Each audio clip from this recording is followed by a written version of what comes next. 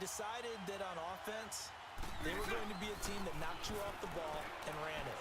That's why they drafted Leonard Fournette out of LSU, and he gave them some toughness and an identity. Quarterback Blake Bortles, often criticized, but elevated his play in the playoffs, both with his legs and his arm. But the defense, that's where the big transition happened. Yannick Ngakoue coming off the edge. Calais Campbell, maybe the best player in the defensive line in the league last season. But Jalen Ramsey out at corner, he gives them their swagger, he gives them their look, and he gives them great play on the edge. Only a gain of a yard, but that's all they needed, as that's going to move the chains. 11.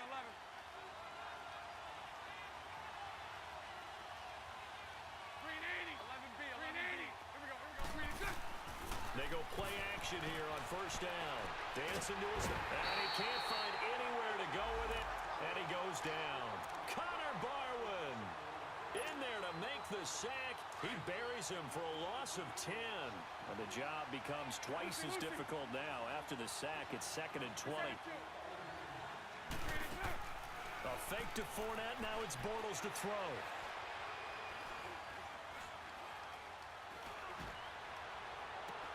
And that is incomplete.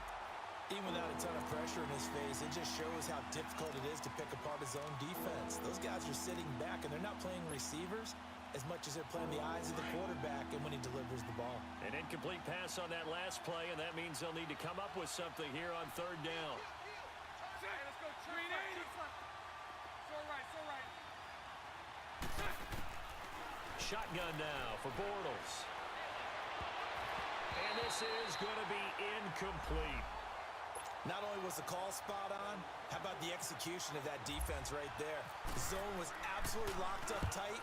He was trying to force it in there on 3rd down. But if there's a time to force it, he felt like he needed to make a play, right? Yeah, exactly right. 3rd down, you got to try and find something. There's nothing available there for him. A very good return there. Give him an even 20 yards. And it'll be Giant football, 1st and 10. Manning and the Giants come up now 1st and 10 at the 34.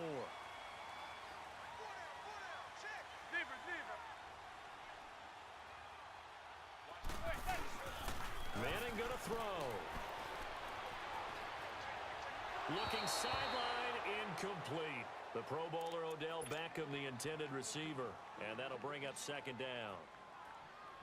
Well, he kind of forced that one there, didn't he? It's almost like he predetermined where he was going to go with the football. Yeah, he wasn't really going through progressions. He wanted to go to his top guy. You do that against this defense, they'll make you pay, won't they? Yeah, they certainly. And here's another interception, the 3rd of this 1st quarter.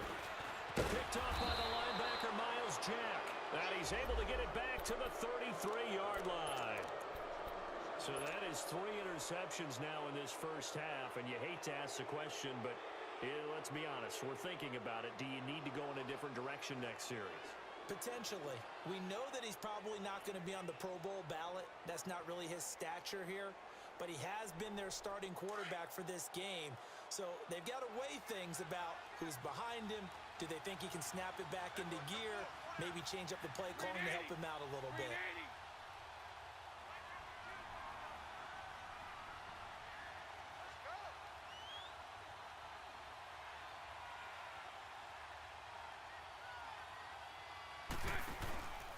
Fournette, a 1st down carry.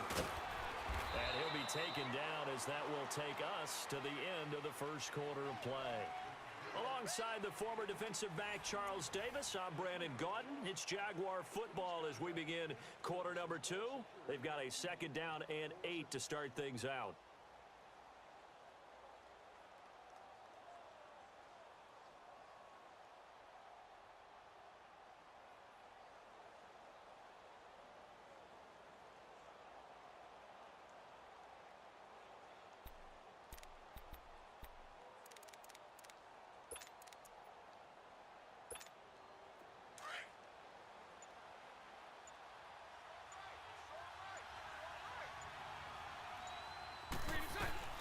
They'll run it now out of the gun. And he'll get about 3 as he's brought down to the 28. One thing to keep in mind, partner, especially in the 2nd half, when you've got a running back of this size and these dimensions, I can just tell you, attrition does set in for a defense because you're excited about hitting him in the 1st half, Maybe not so much in the second half, and some of these shorter gains turn into bigger runs later.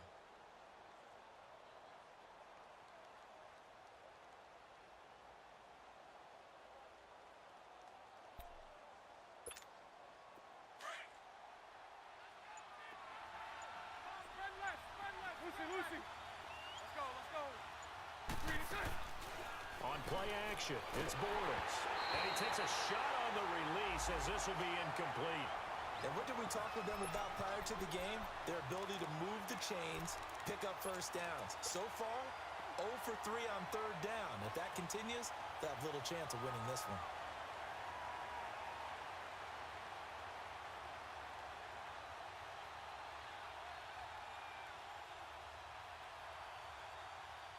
Bortles in the offense remains put on the field. They're going to go for it on fourth. They'll go for it. It's Bortles.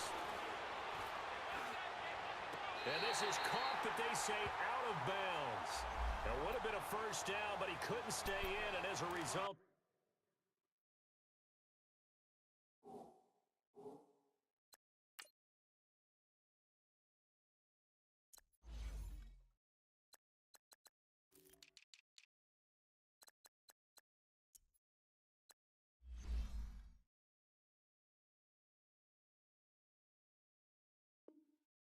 to give up the football.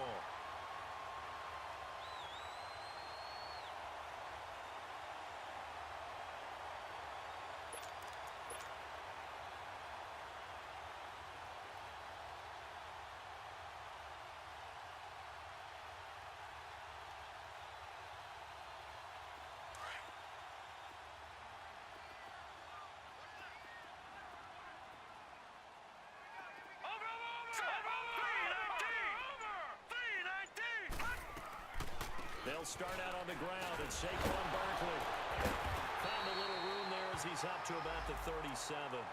8 yards on the pickup, and now they'll have some options on second and short.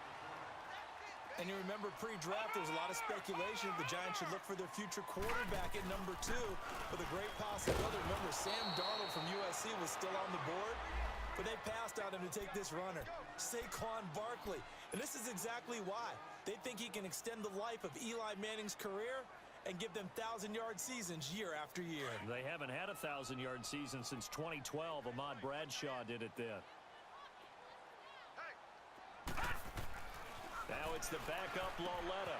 Over the middle, complete. That's Shepard. And he's got the first down as he's up to the 45-yard line.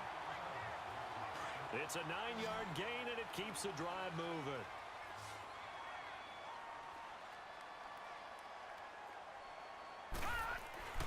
On first down, it's Lauletta. And his throw's going to be incomplete. He was looking for Odell Beckham that time. That'll bring up second down. It's always a battle. Who's going to win on first down, the offense or the defense? Let's face it, if you've got the ball, 4 yards or more on first down is what you're aiming for. They tried to throw for it there. Nice effort to knock that one away and bring up second down. After the incomplete pass, here now is 2nd and 10. A shotgun snap to Lauletta. Looking for his receiver, Sharp, and it's intercepted. Picked off by the linebacker, Telvin Smith. And they'll set up shop in enemy territory at the 45-yard line.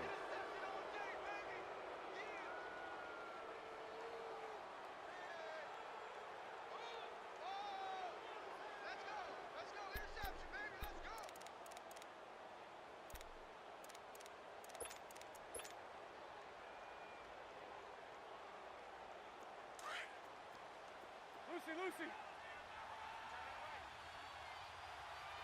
Hey, 372. 380. Play action. Now it's Bortles. And he finds a man with a crossing route. And he gets this one all the way down inside the 20-yard line. He got 29 yards that time. They hit that crossing route really well. Excellent timing, puts it right on him, and he keeps running. Yeah, turned it upfield for good yardage. Let's go. Hey, spread right. Hank. Bengals now on first down. And it pops free. The collision there jarred the ball loose and brings up second down. They got pressure there and only rushing 3. And there's a defensive coordinator right now who is celebrating not just getting home with 3 there, but realizing if that's the type of pressure he can get in the entire game, then his pass defense is going to be excellent. He dropped an 8. Where are you going to go with the football? Bortles going to throw. That is caught at the 7-yard line. They'll wind up getting 10 back as that sets them up for third down. And now the passing game here in the second quarter starting to heat up a little bit. Don't you feel the rhythm starting to happen, right? You see it now. The confidence is starting to rise. I think now as a play caller, because that has happened, you lean on it a little bit more. You don't go totally away from running the football, Here we go. but you do say, guess what? We can throw it. We can throw it well with a whole lot of confidence. They'll try and run for it with Fournette. And he goes backwards on this one, losing yardage to the 7. A loss of a yard, and it brings up 4th. I know when I was a kid, I always got real excited when I saw those lateral type runs. But the best backs that made it happen, they put a foot in the ground and just go. That didn't happen there. That play got swallowed up. Set. Green 80. Set. They'll go with a big back Fournette. They opt to go for it, and they get it. First and goal after a pickup of 5. Looking back to Leonard Fournette's rookie campaign, over 1,000 yards rushing. And coming into the league, some people saw this kid as an ex-Adrian Peterson. What can we expect from him going forward? I like the comparison because of the size, the strength, the speed. But I think he catches the ball better than Adrian Peterson. So I think they can up his utilization in the passing game. But what really impressed me was down the stretch in the divisional playoff game against Pittsburgh, hurt his ankle, left the game for a while, and came back and helped power his team to a big victory. Remember, well, hold on to that football, young man. It's the first NFL touchdown catch for DJ Chark. And the Jaguars are able to widen their lead.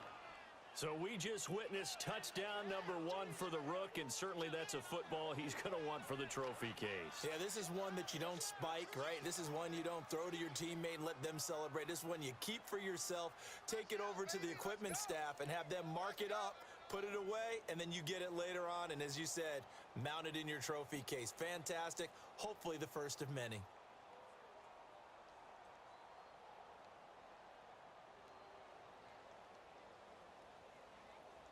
Carlson on for the PAT.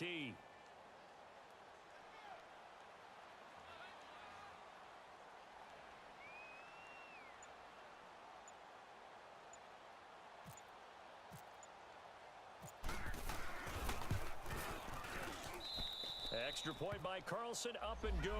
And it's now 14-0.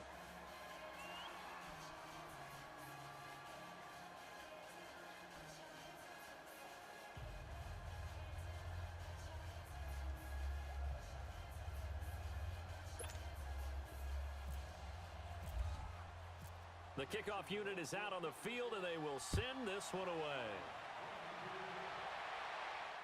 And a fair catch signaled for and taken successfully. This offense trots back out there now, and as they do, Charles, one thing to point out that we saw a second ago are some of the new rules in the NFL this year regarding kickoffs. Yeah, nowadays, the kickoff team, no more running starts. Remember that when you could kind of circle a guy around and here he goes? No more. You have to start, close to the ball. And when it's kicked, then you get to take off and go, so you can't build up your speed that way. Also, when you're returning it, remember those wedges that we used to say? Jaguar pressure and a Jaguar sack.